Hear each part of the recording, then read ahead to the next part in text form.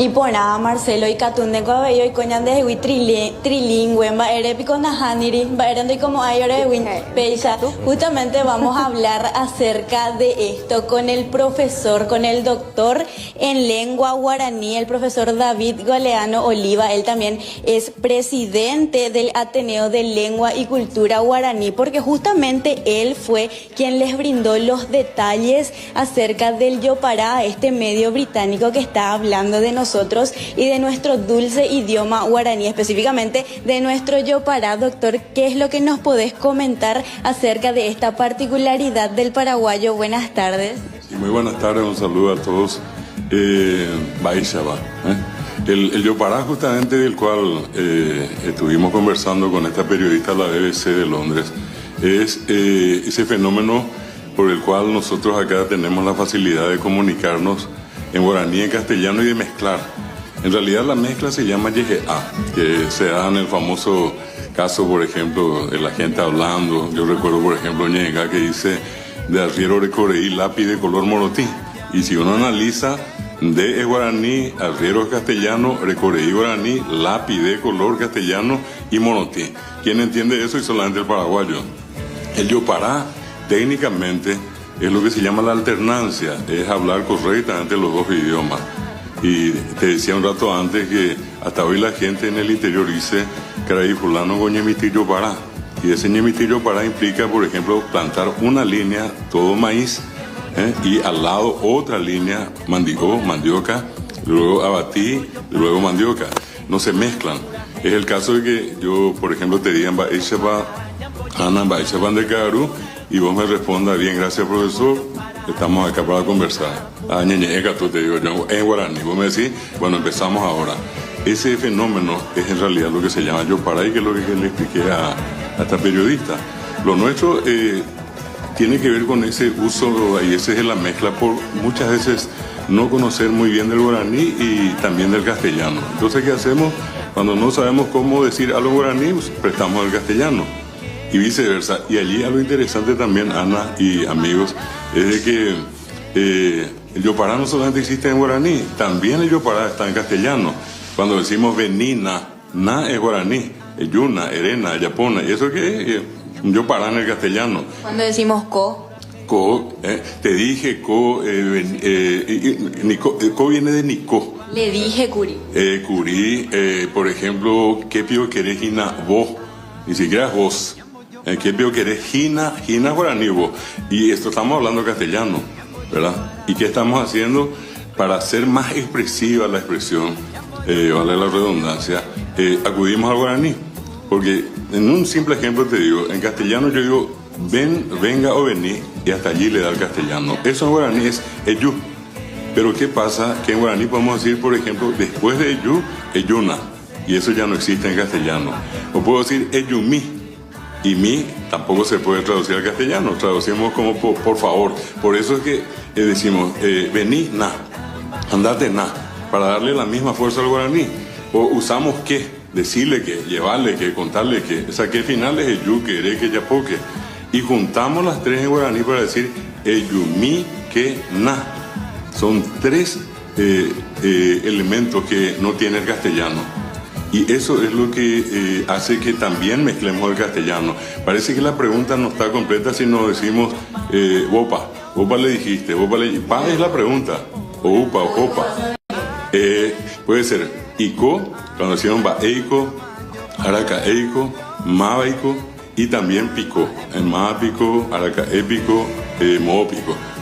Son las formas que tenemos de usar el guaraní y mezclarlo con el castellano, y a su vez el castellano entra en la escritura del guaraní. Muchas veces también, profe, cuando mezclamos el guaraní con el castellano, queremos hablar Yopará, nos dicen, habla nomás en guaraní porque no hablas bien, ya que mezclamos estos dos idiomas. Bueno, y por eso digo, en realidad no nos damos cuenta y queremos ver solamente en el problema en el guaraní, el problema está también en el castellano.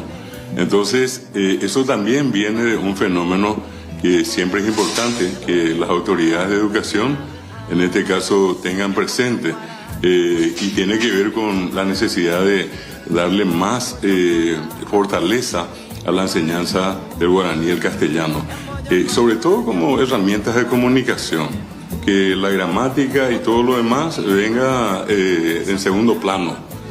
Nosotros hace mucho le pedimos al Ministerio que actualice sus programas y planes de estudio. Y somos los profesores de guaraní los que estamos pidiendo, ¿verdad? Nos damos cuenta de que hoy disponemos de más herramientas. Hoy tenemos Wikipedia en guaraní, tenemos un traductor de Google que ya funciona en guaraní, tenemos por ejemplo un navegador de Mozilla, Firefox, Aguaratatá en guaraní, que funciona y que cualquiera que quiera navegar en guaraní puede hacerlo hoy. Tenemos una cantidad impresionante de materiales audiovisuales en YouTube y en otros medios, en otras plataformas, que bien se pueden utilizar para el desarrollo de las clases. Así es que de eso justamente se trata, de ese fenómeno que decías, de por qué hablamos y no hablamos bien ni uno ni el otro idioma. Para corregir eso, lo correcto sería que nos enseñen bien a comunicarnos en ambos idiomas. Te escuchamos, compañero. Justamente, ¿qué tal, profe? Un gusto tenerte acá. Estamos nomás cortitos de tiempo, esto da para hablar mucho todavía, pero decíamos con Kiara, puede ser también que de por ahí la problemática se presente en que cuando pensamos en español, queremos llevarlo al guaraní, se complica y viceversa. Pero y con la zarambiña de ella, de cuando moto lo vaya hasta. No, pues es un fenómeno que se da y se da a nosotros. Solamente nosotros pues entendemos. Por eso a veces a un extranjero le llama mucho la atención. Y es como que se queda pensando y diciendo, bueno, ¿qué es lo que está diciendo? Porque dice algo en castellano, pero después aparecen ciertas palabras que no son del castellano. Eso es increíble cómo el paraguayo funciona, pero perfectamente en dos idiomas. Y no tengamos miedo de decir que hablamos castellano y guaraní. Y que mezclamos también los dos, pero conocemos los dos idiomas como ninguno. Es así, profe. Ustedes también realizan estadísticas, pueden saber ¿qué hablamos más nosotros? ¿Hablamos más guaraní, español o yopara? Justamente una de las razones que motivó la entrevista era el por qué en Paraguay se sigue hablando guaraní y en un mayor porcentaje. Estadísticamente un 70 o un poco más, 70% sigue siendo guaraní hablante, ¿verdad? Y eso muestra que el guaraní sigue siendo el idioma más hablado en el Paraguay. Un fenómeno muy llamativo en el mundo porque los dueños de la lengua, que son los nativos, los indígenas, hoy son un poco más del 1,4, 5%. 140.000 últimos habitantes indígenas tenemos. Sin embargo, casi 5 millones de paraguayos no indígenas hablamos el guaraní diariamente. ¿Usted cree que esta nueva generación ya está dejando eso de lado? No, para nada. Yo veo un resurgir que 30 años atrás uno veía con pena la situación de guaraní, de la gente que tenía miedo. Ustedes son testigos de eso. Cada día yo veo los noticieros de ustedes y no pasa un día sin que alguien hable guaraní.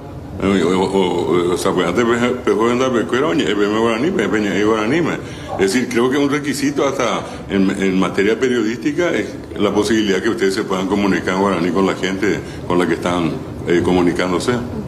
Gracias, profe, muchas gracias por recibirnos. Realmente, si nos sentamos y hablamos del guaraní, vamos a estar por horas acá con el profesor Marcelo, porque es un idioma tan nuestro, un idioma tan dulce que le da esa sensación al idioma. También cuando nosotros queremos hablar, queremos decir algo y lo queremos decir sutilmente. Es por eso que muchas veces mezclamos el castellano con el guaraní para ser un poco más comprensibles o por lo menos así sonar.